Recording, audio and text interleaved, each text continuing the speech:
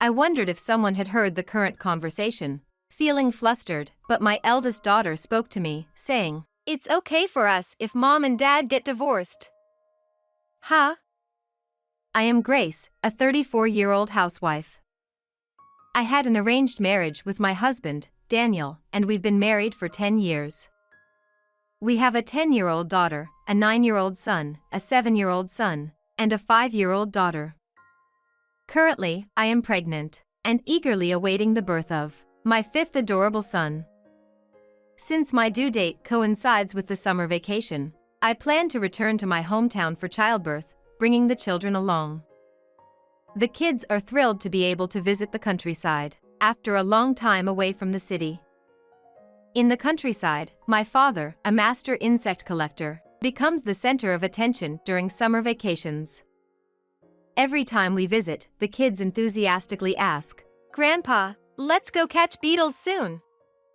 I want to catch stag beetles." Haha, even if you rush me like that, beetles and stag beetles won't disappear so easily. The kids always enjoy their time with Grandpa in the countryside. My mother is skilled in sewing, making everything from cute accessories to clothes, kimonos, patchwork, and dolls. My daughters adore their grandmother, who teaches them how to make cute things.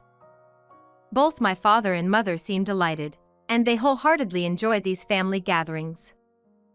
Amidst all this, I, as the only one, am happy to have a once-a-year opportunity to relax. With 4 children and us, the family consists of 6 members. Usually, our days are hectic, even as a housewife, and there's hardly any time for rest. Laundry is done 3 times a day, we cook a large pot of rice, and with one son running around here and another daughter fighting there, our home is like a perpetual sports day. Since the birth of the second child, my husband started expressing his dislike for being at home. He often comes back late at night during weekdays, refusing to help with childcare. I wish he would at least take care of the kids on weekends, but even that seems to be unpleasant for him. Before I can even ask, he goes off to play pachinko on his own. It's a situation. If that's the case, I'd at least like him to help with household chores a bit, but according to my husband, housework is women's work, and I can't rely on him at all. When our first child was born, he spoke as if he were reliable, saying, "Let's build a family together. I'll fully support you." But I wonder where those feelings went. In contrast to my husband, who relaxes alone playing pachinko, even when I go shopping, I can't leave the daughters and sons alone. So, we go as a noisy group of 5. Recently, my responsible eldest daughter and son have started taking care of the younger ones, which is a great relief for me. Still, as a parent, I want to let them play, and for that, I need my husband's cooperation. I've tried discussing it multiple times with my husband, who comes back very late at night. "Hey, can you help a bit with the household chores?" "Huh? I'm working, you know? Can't you understand that? I come back tired every day?"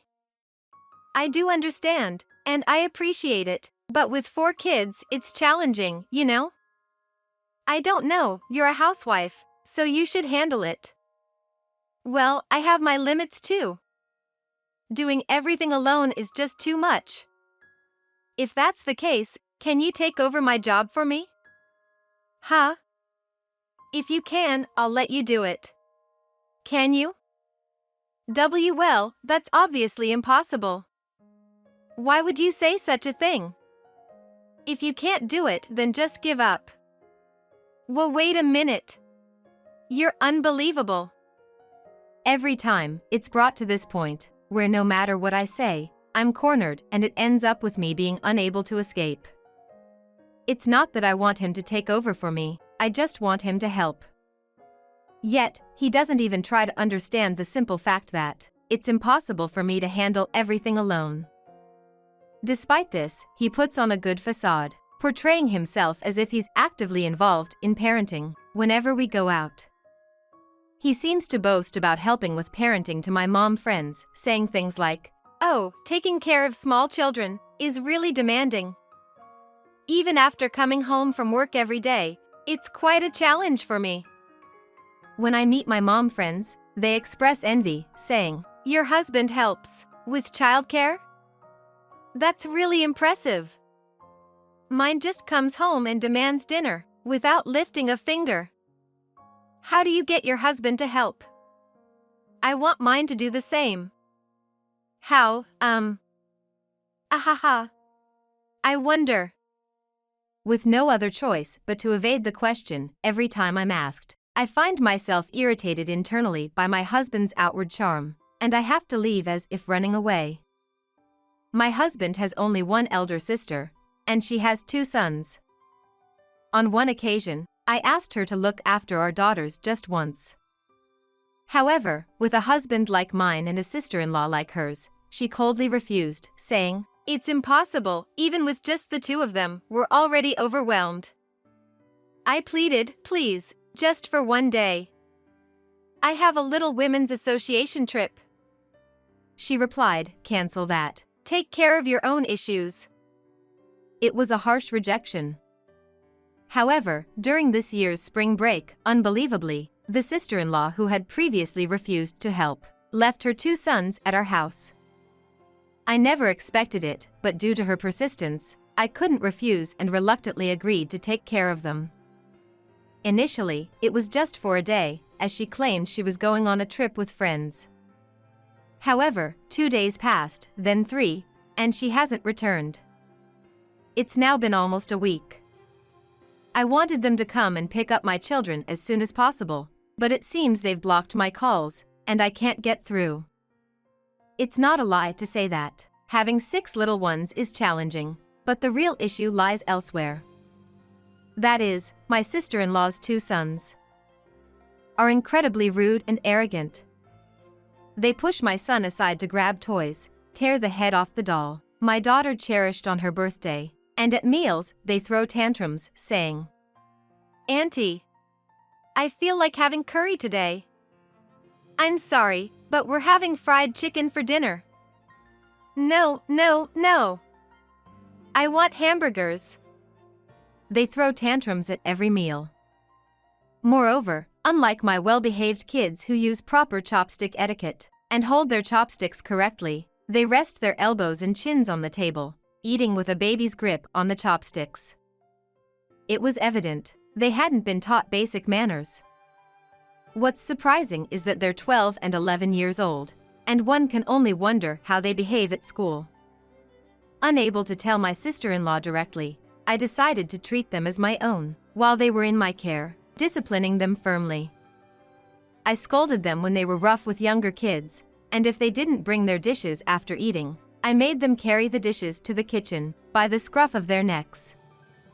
I had to teach them everything, from closing the door after using the bathroom to putting laundry in the washing basket. It was challenging, but I became strict as an adult and thoroughly instilled these habits. Thanks to these efforts, by the end of spring break, they started behaving like my children. They now listen when I correct them, and I gradually understood that they are fundamentally obedient kids.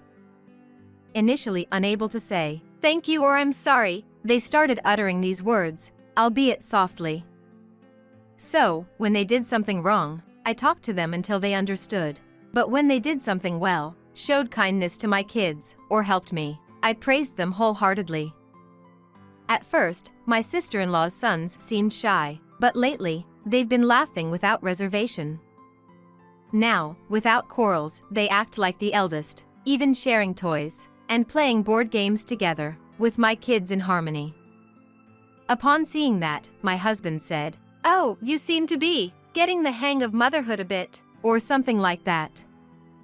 Of course, I couldn't help but be irritated, because his comment felt condescending.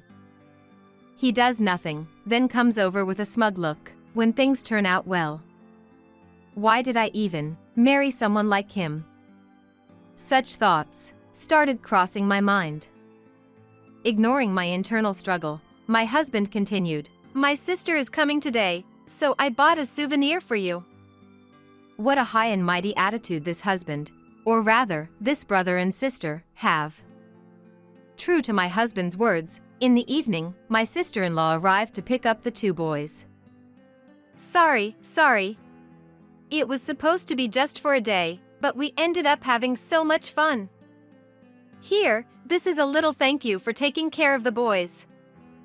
As she said this, she handed me a keychain featuring the local mascot from their trip. Without paying any attention to my dumbfounded expression, she left. Despite my slight feeling of loneliness, as I waved goodbye, my sister-in-law's sons, being pulled away by her, kept looking back at me with a hint of regret. Eventually, I bid them farewell with a wave. Several months passed, and the time had finally come for my impending childbirth. Consequently, I was set to return to my parents' house with my daughters for the summer vacation, starting the next day.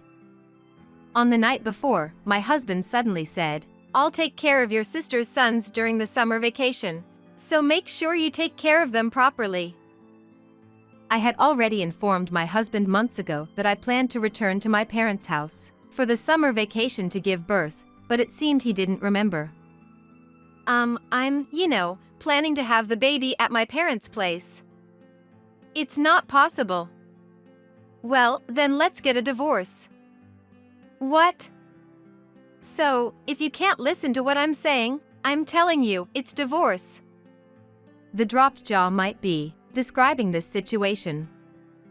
I was left speechless, mouth agape, struggling to find the words. Seeing my reaction, my husband impatiently sighed, then slammed a pre-signed divorce paper onto the table. He went straight to the bedroom, leaving me there. Soon after, I heard his loud snoring. Gradually, my initial shock turned into anger. Once it came to this, my patience ran out. I seriously considered getting a divorce, but we have daughters. It felt selfish to divorce just because of my feelings, considering our daughters. While pondering what to do, I glanced at my daughter's bedroom. The door was slightly ajar. I wondered and squinted, meeting 8 round eyes, staring at me. As soon as our eyes met, the door opened quietly, revealing my daughters. I panicked, thinking they might have overheard our conversation. However, my eldest daughter spoke up. "We're okay with Mom getting a divorce." Huh? We'll all go with Mom. Is that? Are you serious about that? Yeah. I gazed at my daughters nodding for several seconds, and I also nodded silently, expressing my agreement. Once the decision was made, all that remained was to make preparations. I put the divorce paper into my pocket and started packing for the trip back to my parents' house. In response, my daughters also gathered their belongings. When we were about to leave, I realized that my sons were missing. Wondering what was going on, I noticed my youngest son fidgeting and smiling, holding hands with my second son. Despite my curiosity about what they were up to, they insisted it was a secret. I tilted my head in confusion but closed the door to the house. It was still 8 p.m., allowing us enough time to catch the last overnight bus. I walked through the night streets with my daughters and boarded the bus. While some kids quickly fell asleep on the bus, I struggled to doze off. I couldn't help but think about what to tell my parents and what to do next. However, there are immediate priorities to address, so I'll make sure to handle them properly. After a few hours on the bus, we arrived in the rural town where my parents live. Since this is where I grew up, I know many people, and I greeted old acquaintances and neighbors before stopping by the city hall and heading to my parents' house. Upon arrival, I first reunited with my parents and daughters. While watching my kids play in the yard, I shared the details of recent events with my parents. In response, my parents warmly welcomed us, saying, "Then come back here, your grandchildren can stay too." After that, I asked my parents to contact someone I knew. As my father made the call, my mother leaned over and whispered to me, "That person may be upset about the divorce, but deep down, they're happy to have you and the kids here." She shared this with a knowing smile. I'm endlessly grateful for my parents, who have always been my support. After waiting for about 30 minutes, the acquaintance my father had contacted arrived. Despite wearing a straw hat, a white tank top, and long boots, this elderly man is an active and skilled lawyer. The lawyer approached me with a cheerful smile and asked, "Is it okay to proceed with this?" I replied, "Yes, please thoroughly pursue it." He responded, I see. Yes, what I requested was a claim against my husband, including child support, for the 4 children and the one on the way. I entrusted everything, from custody matters to property division, to him. Now, all that's left is to wait for the registered mail to reach my husband. Thinking that things had settled down, we were enjoying cold noodles for lunch as a family, when my mobile phone rang loudly. It seemed to be a call from my sister-in-law's home phone. I feared that she might be angry because she couldn't leave the kids with us anymore, but when I nervously answered, it turned out to be someone I didn't expect. Is this Aunt? Maybe Mason? Yes. Is your mom? She's at the horse races right now. You guys were left alone. Well, it's always like that. But I couldn't quite understand why he called me, and as I hesitated, Mason, the older brother, started speaking with difficulty. Auntie? What's wrong? Did something happen? No, it's not that. Well, there's something I really wanted to tell you. Something you want to tell me? Yeah, actually, Auntie, Uncle. He's, cheating. What? I saw it. Uncle was walking with a woman I don't know, and they were hugging near our house. Is that true? Yeah. Do you have any proof? Stella has it on her phone. Her phone? Yeah, she took pictures with her phone. Upon hearing this, I urgently asked Stella, my eldest daughter, to check her phone. Lo and behold, there it was, a clear picture of my husband embracing a woman he didn't know. I explained the details to my parents and once again asked the lawyer to help me claim damages for the affair. While he left all the housework and childcare to me, going so far as to cheat, it's beyond forgiveness. I called my husband on the spot. At this point, I'm not naive enough to wait for the documents to arrive or for him to wake up. After a few rings, my husband finally answered with a groggy voice. What's up? It's a day off. Let me sleep a bit more. You're carefree, you cheating man. Huh? I have evidence, so I'll make sure to claim damages. Hey, wait, huh? What are you saying to your husband about claiming damages? I'm treating you as a stranger. Huh? Earlier, you signed the divorce papers you wrote, and I submitted them to the city hall. What are you doing? Wait, you? Seriously, who actually submits them? You brought it up, didn't you? If you can't take care of my sister-in-law's son, then it's divorce. No, that was, it was just in the heat of the moment. Whether it was in the heat of the moment or not, after everything that happened and being cheated on. Who do you think will forgive you? What? Since you can't handle childcare, I have custody, so you'll pay child support for all 5 of them. Wait a minute. Come on, if you hate my sister-in-law's son that much, I won't ask you to take care of him anymore. Is that okay? Listen, my sister-in-law is not a good mother, but her sons are really good kids. You know, they're the ones who told me about your affair, and even took evidence. Huh? No way? Too bad, but the kids you casually agreed to take in are now on my side in this way. So they won't be taken care of? It's all your own fault, so if you have anything else to say, Please go through the lawyer. Wait. Just one more chance. At that point, I heartlessly hung up. Of course, I don't want to hear pleas for mercy, and I have no intention of giving him another chance.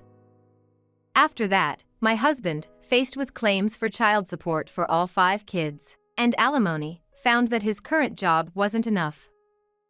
To make ends meet, he took on part-time night security and morning newspaper delivery jobs, working multiple jobs. Now, he has no days off and is working desperately every day.